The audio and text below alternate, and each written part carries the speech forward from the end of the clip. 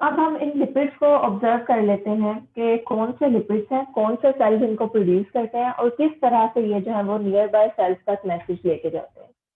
तो most of the lipids जो कि इंटरसेलुलर मैसेंजर मॉलिक्यूल्स के तौर पे वर्क करते हैं, इन लिपिड्स को हम जनरली इकोसानाइड्स कहते हैं। ठीक है, और इन्हें इकोसानाइड्स क्यों कहा जाता है? बिकॉज इन हार्मोन्स का जो पेरेंट स्ट्रक्चर है उसमें कार्बन एटम्स प्रेजेंट होते हैं, यानी ये एक्चुअली इकोसानाइड्स से प्रोड्यूस होते हैं। इकोसानाइड्स इनके क्या है, आप कह लो कि स्टार्टिंग मटेरियल है, इनको प्रोड्यूस करने में वो यूज होते हैं। तो जितने भी आपके पास लिपिड इकोसानाइड्स, जब भी आपके पास एक हार्मोन इकोसानाइड्स की क्लास का जिक्र किया जाए तो इस चीज को माइंड में रखिएगा कि इकोसानाइड्स एक्चुअली इंटरसेलुलर सिग्नल मॉलिक्यूल्स हैं, जिनका जो पेरेंट स्ट्रक्चर है वो 20 कार्बन कंटेनिंग एक पोली अनसैचुरेटेड फैटी एसिड है। इसको मैं अभी थोड़ी देर बाद डिस्कस करती हूँ कि इकोसानाइड्स कौन से 20 carbon containing poly unsaturated fatty acid से सिंथेसाइज होते हैं। तो इंट्रासेलुलर सिग्नलिंग में आपने IP3 को ऑब्जर्व किया और अब इंटरसेलुलर सिग्नलिंग में आप इकोसानाइड्स को डिस्कस करने लगे। और इकोसानाइड्स मैंने आपसे कहा है कि ये वो सिग्नल मॉलिक्यूल्स हैं, ये वो लिपिड हार्मोन्स हैं जिनको बनाने के लिए एक 20 carbon containing poly unsaturated fatty acid arachidonic acid use होगा। ठीक है, और अरेकिडोनिक एसिड का अगर आप देखो सिंबॉलिक रिप्रेजेंटेशन देखो तो ये 20 carbon containing poly unsaturated fatty acid है, जिसमें 4 पोजीशन के ऊपर आपके पास जो है वो अनसैचुरेशन प्रेजेंट है। और ये पोजीशन कौन सी है? 5, 8, 11 एंड 14। ठीक है, तो ऐसे सारे के सारे इंटरसेलुलर लिपिड हार्मोन्स जो कि एरेकिडोनिक एसिड से प्रोड्यूस होते हैं, इनको आप इकोसानाइड कहते हो, because arachidonic acid is a 20 carbon containing poly unsaturated fatty acid and this poly unsaturated fatty acid is a precursor for these molecules. तो वो सारे के सारे लिपिड मॉलिक्यूल जो कि एरेकिडोनिक एसिड से प्रोड्यूस होते हैं, उनको आप इकोसानाइड्स की क्लास में रख सकते हो, बिकॉज इकोसानाइड्स वही क्लास है उसमें आप उन सब लिपिड्स को क्लासिफाई करते हो जो कि 20 कार्बन कंटेनिंग फैटी एसिड से प्रोड्यूस होते हैं। इन इकोसानाइड्स की आगे से मल्टीपल टाइप्स हैं। ठीक है, एरेकिडोनिक एसिड से प्रोड्यूस होने वाले जो लिपिड हार्मोन्स हैं, जो लिपिड डिराइव्ड इंटरसेलुलर मैसेंजर्स हैं, उनकी भी फर्दर टाइप्स हैं। लाइक आपके पास ओवरऑल तो आप इसको कह रहे हो ना कि जितने हार्मोन ये प्रोड्यूस करेगा उन हार्मोन्स को आप इकोसानाइड्स कहते हो। बट समटाइम्स आपके ये हार्मोन्स जो हैं ये प्लेटलेट सेल्स प्रोड्यूस करते हैं, उस केस में आप इनको कहते हो कि दीज आर थ्रोम्बोक्सिन।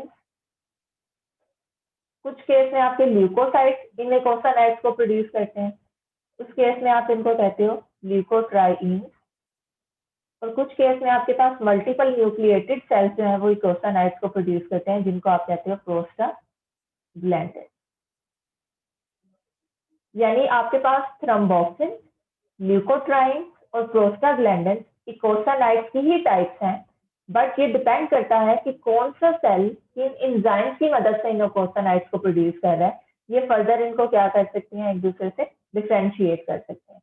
तो जितने भी आपके पास हैं वो lipid derived intercellular messenger molecule arachidonic acid से प्रोड्यूस होंगे, उन सबको आप एक जनरल क्लास इकोसानाइड में रखोगे।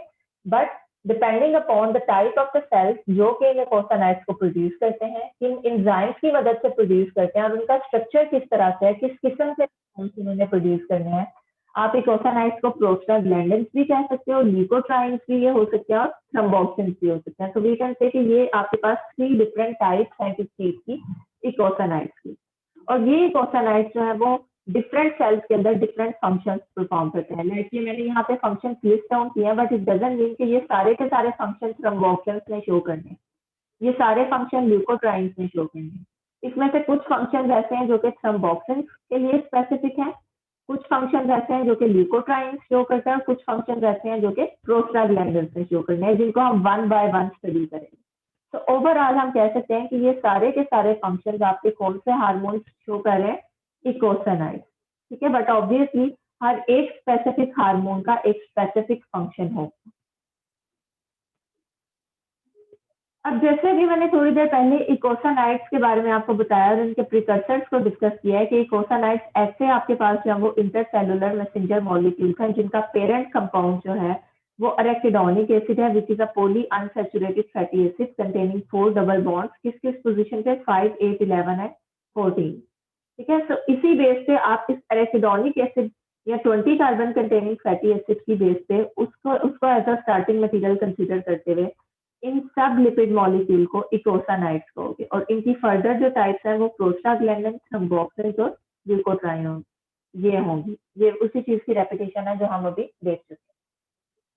नाउ उस मैकेनिज्म को देखते हैं जिस मैकेनिज्म के रिस्पॉन्स में आपके कोई सेल्स जो है वो प्रोड्यूस करते हैं इन इकोसानाइड्स को। इकोसानाइड्स क्या है इस चीज को हम डिस्कस कर चुके हैं, बट इकोसानाइड्स में किन कंडीशंस में प्रोड्यूस होना है और किन स्पेसिफिक सेल्स में इनको प्रोड्यूस करना है, इस चीज को थोड़ा सा ऑब्जर्व कर लेते हैं।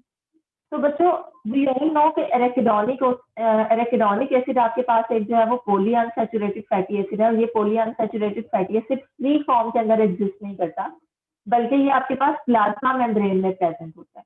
लाइक अगर आप फॉस्फोलिपिड का स्ट्रक्चर देखो जो कि मेम्ब्रेन के अंदर प्रेजेंट है, तो इस फॉस्फोलिपिड में आपके पास एक तरफ ग्लिसरॉल प्रेजेंट होता है, और हमने ये चीज देखी थी कि ग्लिसरॉल का जो फर्स्ट कार्बन एटम है मोस्ट ऑफ द टाइम वो एक सैचुरेटेड फैटी एसिड के साथ ईस्टर लिंकेज बनाता है, और जो आपका सेकंड कार्बन एटम है उस सेकंड कार्बन एटम के ऊपर अनसैचुरेटेड फैटी एसिड आते हैं। वो मोनो अनसैचुरेटेड फैटी एसिड भी हो सकते हैं, डाई अनसैचुरेटेड फैटी एसिड भी हो सकते हैं, और पॉली अनसैचुरेटेड फैटी एसिड भी हो सकते हैं। ठीक है, और थर्ड पोजीशन पे आपके पास फॉस्फेट, और फॉस्फेट के बाद कोई सा भी अटैच हो सकता है, फॉर एग्जांपल वो कोलिन।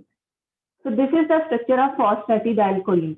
अब अगर हम अरेकिडोनिक एसिड की बात करें तो अरेकिडोनिक एसिड एक अनसैचुरेटेड फैटी एसिड है ना, इट मीन्स कि वो इन फॉस्फोलिपिड के सेकंड कार्बन एटम के ऊपर अटैच होता है। यानी ये जो अरेकिडोनिक एसिड हम यहाँ पे देख रहे हैं which is a parent structure which is a parent fatty acid for the synthesis of eicosanoid, ये अरेकिडोनिक एसिड फ्री फॉर्म के अंदर प्रेजेंट नहीं है, बल्कि ये अरेकिडोनिक एसिड आपके जो मेम्ब्रेन फॉस्फोलिपिड्स हैं उनमें आपके ग्लिसरॉल के सेकंड कार्बन एटम के साथ अटैच है। ठीक है, ये स्टेरिफाइड है, ये फ्री फॉर्म में प्रेजेंट है। तो ऑब्वियसली अगर इस तरह के डोनिक एसिड में इकोसानाइड्स की बायोसिंथेसिस में यूज होना है तो फर्स्ट ऑफ ऑल आपको यहाँ से ये बॉन्ड ब्रेक करना है, एरेकिडोनिक एसिड को यहाँ से रिलीज करवाना है, और उसके बाद ये एरेकिडोनिक एसिड आपका जो है वो इन इकोसानाइड्स की बायोसिंथेसिस के लिए as a starting material use होगा। तो पहला स्टेप आपके पास यहाँ पे एरेकिडोनिक एसिड का रिलीज होना चाहिए फ्रॉम द मेम्ब्रेन फॉस्फोलिपिड। ठीक है, एंड वी ऑल नो कि आपके पास यहाँ पे जो सेकंड पोजीशन है यहाँ से बॉन्ड को ब्रेक करने के लिए एक स्पेसिफिक एंजाइम अवेलेबल होता है, and the name of this enzyme is phospholipase A2। आप लोगों को याद होगा जब मैंने ये फॉस्फोलाइपेजेस पढ़ाए थे तो वहां पे मैंने ये चीज कही थी कि most of the phospholipases are localised in lysosome, लेकिन मैंने वहां पे ये भी पॉइंट हाईलाइट किया था कि कुछ फॉस्फोलाइपेजेस आपकी प्लाज्मा मेम्ब्रेन में भी प्रेजेंट होते हैं। जैसे लास्ट लेक्चर में आप लोगों ने फॉस्फोलाइपेज सी को ऑब्जर्व किया है कि ये भी प्लाज्मा मेम्ब्रेन के अंदर प्रेजेंट होता है, आल्दो इसकी सिग्निफिकेंट कंसंट्रेशन इन फॉस्फोलाइपेजेस की लाइसोसोम के अंदर प्रेजेंट होती है, जो कि सेल के टर्नओवर के बाद इन लिपिड्स को, इन फॉस्फोलिपिड्स को डिग्रेड करती है। लेकिन कुछ हद तक ये फॉस्फोलाइपेजेस जो है ये सिग्नल मॉलिक्यूल को प्रोड्यूस करने के लिए भी यूज होते हैं। जैसे आप लोगों ने फॉस्फोलाइपेज सी में ऑब्जर्व किया है कि ये आपके पास IP3 की प्रोडक्शन के लिए यूज होता है। उसी तरह से अब आप यहाँ पे ऑब्जर्व करोगे कि आपका जो फॉस्फोलाइपेज A2 है, ये फॉस्फोलाइपेज A2 भी प्लाज्मा मेम्ब्रेन के अंदर प्रेजेंट होते हैं, और in response to this specific signal, जो कि यहाँ पे कोई इंजरी हो सकती है, किसी किस्म का कट हो सकता है आपकी बॉडी के किसी भी सेल के ऊपर, उसके रिस्पॉन्स में आपके पास ये फॉस्फोलाइपेज A2 क्या होगा, एक्टिव होगा। तो यहाँ से हम इस चीज को भी कंसीडर कर सकते हैं कि जब हमें फीवर होता है या फिर किसी किस्म की इंजरी लगती है तो उसके बाद उस स्पेसिफिक साइट के ऊपर पेन की सेंसेशन क्यों फील होती है। पेन जो है वो अल्लाह ताला की तरफ से एक ब्लेसिंग है, बिकॉज अगर उस टाइम पे आपके उस सेल के ऊपर, उस ऑर्गन के ऊपर जहाँ पे किसी किस्म की इंजरी हुई है, कोई वायरल इन्फेक्शन हुआ है या कोई कट लगा है, तो उस केस में अगर पेन नहीं होगी तो आप जो है वो कॉन्शियस नहीं होगे, आप लोग उसको जो है वो सीरियस कंसीडर नहीं करोगे, उसके अगेंस्ट कोई मेडिसिन नहीं लोगे। तो पेन एक तरह का सिग्नल है कि आपकी बॉडी के इस सेल के अंदर या इस टिश्यू के अंदर किसी किस्म का कोई डैमेज हो रहा है, और उस डैमेज को आपकी जो है वो कंसीडरेशन की जरूरत है। ठीक है। तो एक्चुअली ये पेन की सेंसेशन प्रोड्यूस करने वाले जो हार्मोन्स हैं वो इकोसानाइड्स होते हैं। और अब हम ये देखने लगे हैं कि इस इंजरी के रिस्पॉन्स में किस तरह से ये इकोसानाइड्स प्रोड्यूस होंगे और किस तरह से ये पेन की सेंसेशन को प्रोड्यूस करें। ठीक है। तो सपोज आपके पास जो है वो किसी किस्म की कोई इंजरी है, इंजर्ड टिश्यू है। इस इंजरी के रिस्पॉन्स में आपके पास प्लाज्मा मेम्ब्रेन के अंदर दो कंपोनेंट्स प्रेजेंट है, फॉस्फोलिपिड्स, मेम्ब्रेन फॉस्फोलिपिड, जिसमें आप एग्जांपल कंसीडर करोगे फॉस्फेटिडाइलकोलिन, जिसका स्ट्रक्चर मैंने यहाँ पे ड्रॉ किया। ठीक है। और ये चीज माइंड में रखोगे कि इस फॉस्फेटिडाइलकोलिन की फर्स्ट पोजीशन के ऊपर सपोज कोई सैचुरेटेड फैटी एसिड अटैच है, पाल्मिटिक एसिड। ठीक है। और जो सेकंड पोजीशन है, इस सेकंड पोजीशन के ऊपर अनसैचुरेटेड फैटी एसिड अटैच है, और वो कौन सा अनसैचुरेटेड फैटी एसिड है? Arachidonic acid. ठीक है। तो जैसे इंजरी हुई है, एराकिडोनिक एसिड को रिलीज करवाने की जरूरत है इस फॉस्फेटिडाइलकोलिन से, बिकॉज ये एराकिडोनिक एसिड जो है ये आगे इकोसानाइड्स की बायोसिंथेसिस में यूज होगा। तो जब तक एराकिडोनिक एसिड रिलीज नहीं होगा, इकोसानाइड्स नहीं बनेगी। जब तक इकोसानाइड्स नहीं बनेंगे, आपके पास पेन की सेंसेशन प्रोड्यूस नहीं होगी। तो पेन को प्रोड्यूस कराने के लिए आपके सेल सबसे पहले एराकिडोनिक एसिड को फ्री करेंगे फ्रॉम मेम्ब्रेन फॉस्फोलिपिड, और इस फॉस्फोलिपिड से एराकिडोनिक एसिड को फ्री करने के लिए they require the activation of a specific enzyme phospholipase A2। ठीक है। तो in response to any external injury या फिर किसी भी जो है वो यहाँ पे रिस्पॉन्स आपके पास जो है वो एक्शन के रिस्पॉन्स में आपके मेम्ब्रेन फॉस्फोलिपिड जो है वो फॉस्फोलाइपेज A2 को भी एक्टिव करेंगे। और ये फॉस्फोलाइपेज A2 सपोज ये आपके पास जो है वो फॉस्फेटिडाइलकोलिन है, और इसकी सेकंड पोजीशन के ऊपर एराकिडोनिक एसिड अटैच था। So after the action of phospholipase A2 ये एराकिडोनिक एसिड आपके पास यहाँ पे रिलीज हो गया। ठीक है। So this is the arachidonic acid, जिसमें 20 कार्बन एटम है, 1 2 3 4 5 6 7 8 9 10 11 12 13 14, यानी इन 4 पोजीशंस पे आपके पास क्या चीज है? डबल बॉन्ड प्रेजेंट है। और ओवरऑल इसमें कितने कार्बन एटम है? 20। तो फर्स्ट ऑफ ऑल आपका जो है वो किसी भी किस्म का सिग्नल होगा, सिग्नल के बाद आपके फॉस्फोलाइपेज 2 की एक्टिवेशन होगी, एक्टिवेशन के बाद एराकिडोनिक एसिड रिलीज होगा। एराकिडोनिक एसिड के रिलीज होने के बाद आपके पास ये जो एराकिडोनिक एसिड है, इस पे मल्टीपल डिफरेंट एंजाइम्स एक्ट करेंगे, साइक्लोऑक्सीजनेसेस, जो कि इसको अल्टीमेटली प्रोस्टाग्लैंडिन में कन्वर्ट करेंगे। और ये प्रोस्टाग्लैंडिन इस सेल से रिलीज होके ब्लड वेसल में जाके नियर बाय सेल्स को जो है वो एक्टिव करेंगे, और वहां पे क्या चीज प्रोड्यूस करेंगे? इस पूरे के पूरे टिश्यू में किस सेंसेशन को प्रोड्यूस करेंगे? पेन को। ठीक है। तो इन पॉइंट्स को माइंड में रखते हुए हम लोग जो है वो इन स्टेप्स को वन बाय वन डिस्कस कर लेते हैं। इन रिस्पॉन्स टू हार्मोनल और other stimuli phospholipase A2 first of all activate होगा, जो कि मेमिलियन सेल्स को एक्टिव करता है। और ये चीज याद रखिएगा कि आपके जो है प्रोस्टाग्लैंडिन उनको most of the nucleated sales produce कर सकते हैं। ठीक है। प्रोस्टाग्लैंडिन को प्रोड्यूस करने का पोटेंशियल आपके सारे न्यूक्लिएटेड सेल्स के अंदर होता है। इसका मतलब है कि in response to any foreign agent आपके ये जितने भी जो न्यूक्लिएटेड सेल्स हैं ये प्रोस्टाग्लैंडिन को प्रोड्यूस कर सकते हैं। किसी भी स्टिमुलाई के रिस्पॉन्स में फर्स्ट ऑफ ऑल आपके पास जो है वो फॉस्फेटिडाइलकोलिन के ऊपर फॉस्फोलाइपेज A2 एक्ट करेगा और लाइसोफॉस्फेटिडाइलकोलिन को प्रोड्यूस कर देगा। ठीक है। अब लाइसोफॉस्फेटिडाइलकोलिन मीन्स कि आपका डिग्रेडेड फॉस्फेटिडाइलकोलिन, जिसमें से सेकंड पोजीशन के ऊपर से एराकिडोनिक एसिड रिलीज होगी। ठीक है।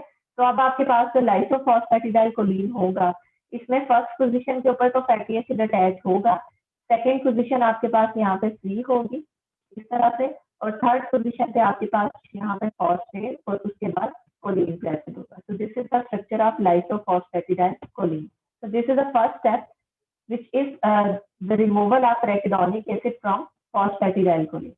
अब ये जो arachidonic acid यहाँ पे प्रोड्यूस हुआ है, ये arachidonic acid inside the cell smooth endoplasmic reticulum की तरफ चला जाएगा, बिकॉज इस arachidonic acid को प्रोस्टाग्लैंडिन में कन्वर्ट करने के लिए जो एंजाइम्स रिक्वायर्ड हैं वो एंजाइम स्मूथ एंडोप्लाज्मिक रेटिकुलम में प्रेजेंट है। ठीक है। तो जैसे ही आपके पास यहाँ पे ये एराकिडोनिक एसिड रिलीज होगा, उसके बाद ये यहाँ पे ये जो नेक्स्ट स्टेप है ये एंजाइम कैटालाइज स्टेप, ये एक स्पेसिफिक ऑर्गेनेली के अंदर हो रहे हैं, and the name of this organelle is endoplasmic reticulum, smooth portion of endoplasmic reticulum. तो प्रोस्टाग्लैंडिन की बायोसिंथेसिस के एंजाइम एंडोप्लाज्मिक रेटिकुलम के अंदर प्रेजेंट है, जो कि फाइनली इसको किसके अंदर कन्वर्ट कर देते हैं, प्रोस्टाग्लैंडिन H2 के अंदर। And this prostaglandin H2 can act as the precursor for 2 types of eicosanoids. यानी प्रोस्टाग्लैंडिन H2 एक प्रिकर्सर मॉलिक्यूल है जो कि फर्दर 2 टाइप्स ऑफ इकोसाइनाइड्स में कन्वर्ट हो सकता है। ये प्रोस्टाग्लैंडिन H2 प्रोस्टाग्लैंडिन्स में भी कन्वर्ट हो सकता है और ये थ्रोम्बोक्सिन्स में भी कन्वर्ट हो सकता है डिपेंडिंग अपॉन अवेलेबिलिटी ऑफ। तो यहाँ पे स्टेप्स को जो है वो एक फ्लो चार्ट की फॉर्म में मैंने दोबारा से लिस्ट डाउन किया है, तो इसको देख लीजिएगा कि just like the previous step आपके पास फर्स्ट ऑफ ऑल यहाँ पे कोई सिग्नल का प्रेजेंट होना जरूरी है और इस सिग्नल के रिस्पॉन्स में फर्स्ट ऑफ ऑल आपका जो एंजाइम एक्टिव होता है वो फॉस्फोलाइपेज A2 है, जो मेम्ब्रेन फॉस्फोलिपिड्स में से एराकिडोनिक एसिड को फ्री करेगा। एराकिडोनिक एसिड एंडोप्लाज्मिक रेटिकुलम में जाएगा। सपोज ये पोर्शन आपके पास एंडोप्लाज्मिक रेटिकुलम है। एंडोप्लाज्मिक रेटिकुलम में आपके पास 2 एंजाइम्स हैं। वो एंजाइम साइक्लोऑक्सीजिनेज 1 भी हो सकता है, साइक्लोऑक्सीजिनेज 2 भी हो सकता है, ठीक है। और ओवरऑल इन एंजाइम्स को हम प्रोस्टाग्लैंडिन H2 सिंथेज भी कहते हैं, ठीक है, बिकॉज ये एंजाइम्स प्रोस्टाग्लैंडिन H2 की सिंथेसिस के लिए जरूरी होते हैं, ठीक है। तो आपके पास साइक्लोऑक्सीजिनेज 1, साइक्लोऑक्सीजिनेज 2, जिनको प्रोस्टाग्लैंडिन H2 भी कहते हो, इनकी एक्टिविटी के बाद एराकिडोनिक एसिड एंडोप्लाज्मिक रेटिकुलम में प्रोस्टाग्लैंडिन H2 में कन्वर्ट हो गया, ठीक है। अब ये जो प्रोस्टाग्लैंडिन H2 है ये फर्दर प्रोस्टाग्लैंडिन्स में भी कन्वर्ट हो सकता है और थ्रोम्बोक्सिन्स में भी कन्वर्ट हो सकता है। ये डिपेंड करता है कि आपके पास इस प्रोस्टाग्लैंडिन H2 के ऊपर कौन सा एंजाइम वर्क करेगा। सपोज अगर एंडोप्लाज्मिक रेटिकुलम में इस टाइम प्रोस्टाग्लैंडिन H2 प्रेजेंट है और आपके पास प्रोस्टाग्लैंडिन सिंथेज एंजाइम अवेलेबल है, तो ये प्रोस्टाग्लैंडिन की सिंथेसिस करेगा और ये प्रोस्टाग्लैंडिन क्या करेंगे, इनका एंड इफेक्ट अगर हम यहाँ पे साथ साथ क्लियर करते जाए तो आपके पास जो प्रोस्टाग्लैंडिन है इनका फंक्शन क्या होता है कि ये एक तो पेन प्रोड्यूस करते हैं, उसके अलावा इन्फ्लेमेशन प्रोड्यूस करते हैं, ठीक है, आपकी बॉडी के टेम्परेचर को इंक्रीज कर देते हैं, फीवर करवा के आपके स्लीप और वेक साइकिल को इफेक्ट करते हैं, ठीक है। और इसके अलावा आपका जो यूट्रस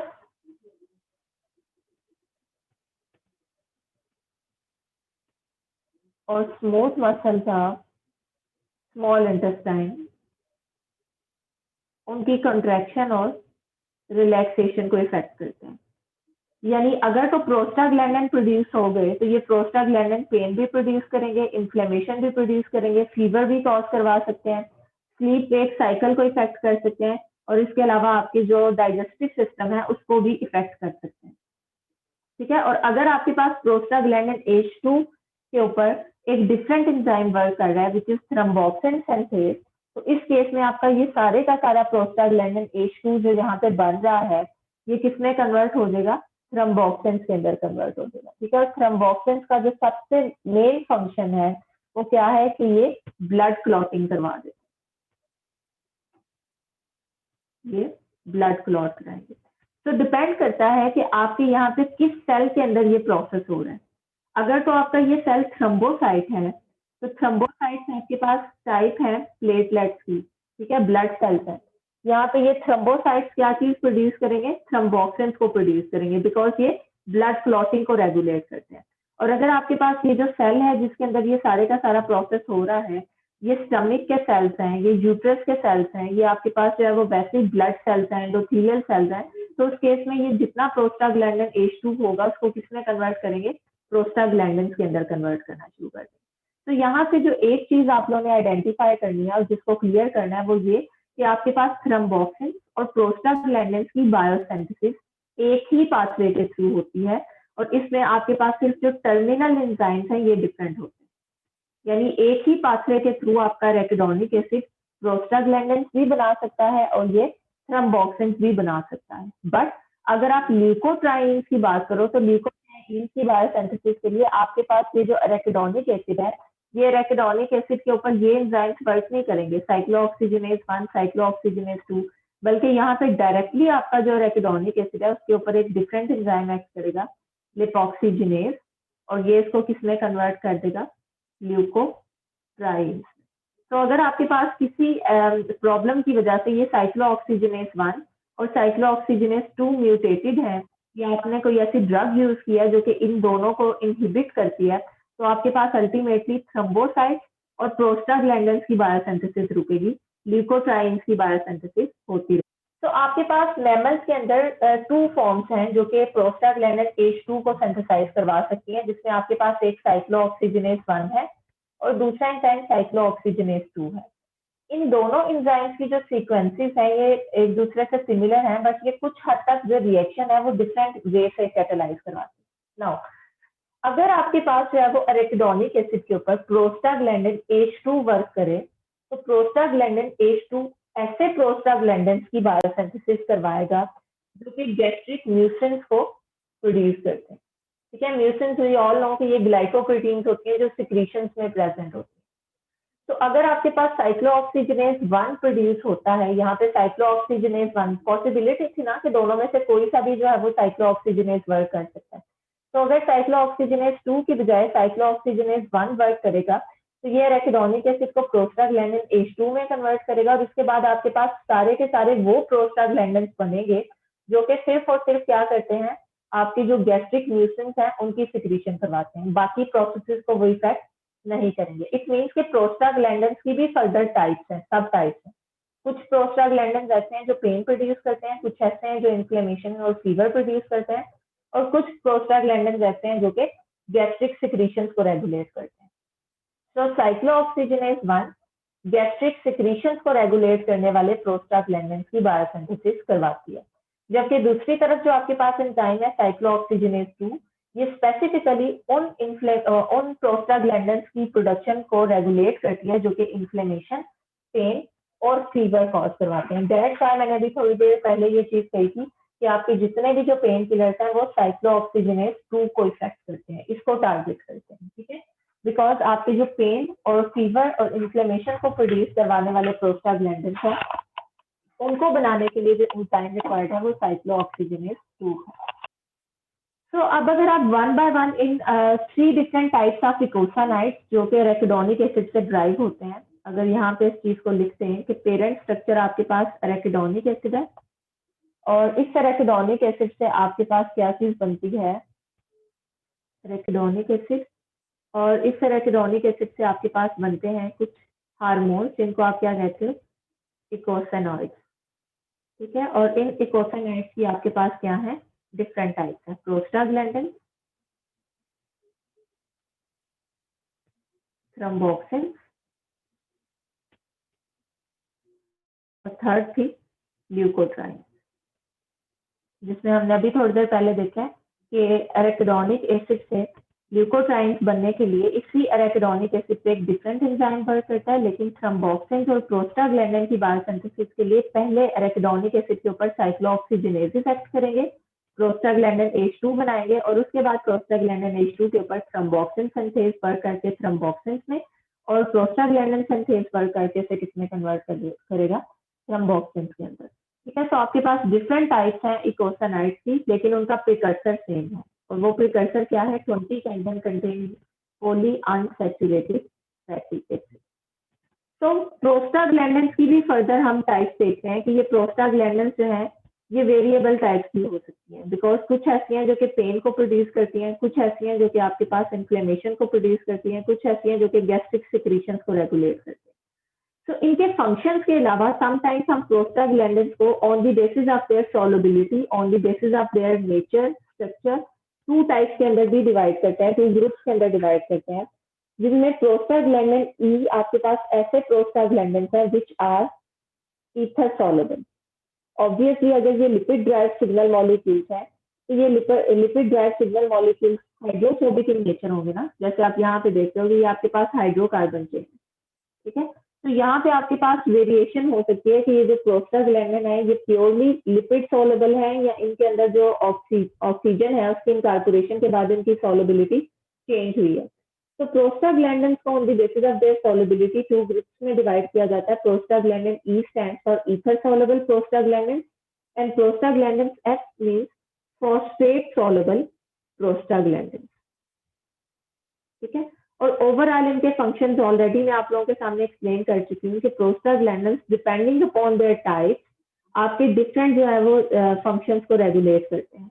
लाइक ये ब्लड फ्लो को भी रेगुलेट करते हैं, स्लीप वेक साइकिल को रेगुलेट करते हैं, स्मॉल इंटेस्टाइन और जो यूट्रस हैं उनके जो मसल्स हैं उनकी कंट्रैक्शन रिलैक्सेशन को कंट्रोल करते हैं, बॉडी टेम्परेचर जिसमें फीवर और इन्फ्लेमेशन और पेन, इन सब जो आपके पास इफेक्ट्स हैं इनको कॉज करवाने वाले जो सिग्नल मॉलिक्यूल्स हैं, जो हार्मोन्स हैं, दीज हार्मोन्स आर इकोसानाइट्स। और कौन से इकोसानाइट्स हैं? ये प्रोस्टाग्लैंडिन। उसके बाद आपके पास है थ्रोम्बोक्सिन। और थ्रोम्बोक्सिन जैसे मैंने आप लोगों से पहले कहा था कि हर तरह के सेल्स में ये पोटेंशियल नहीं होता कि वो थ्रोम्बोक्सिन को प्रोड्यूस करे। थ्रोम्बोक्सिन को प्रोड्यूस करने वाला जो एंजाइम है which is thromboxane synthase, this enzyme ये स्पेसिफिकली कौन से सेल्स के अंदर प्रेजेंट होता है? थ्रोम्बोसाइट्स के अंदर प्रेजेंट होता है। ठीक है, सो सपोज आपके पास यहाँ पे कोई मसल सेल है, तो मसल सेल के अंदर हो सकता है कि आपके पास अरेकिडोनिक एसिड प्रोड्यूस हो। अरेकिडोनिक एसिड जो है इसके ऊपर आके साइक्लोऑक्सीजनेसिस वर्क करके इसे प्रोस्टाग्लैंडिन H2 में कन्वर्ट कर दें।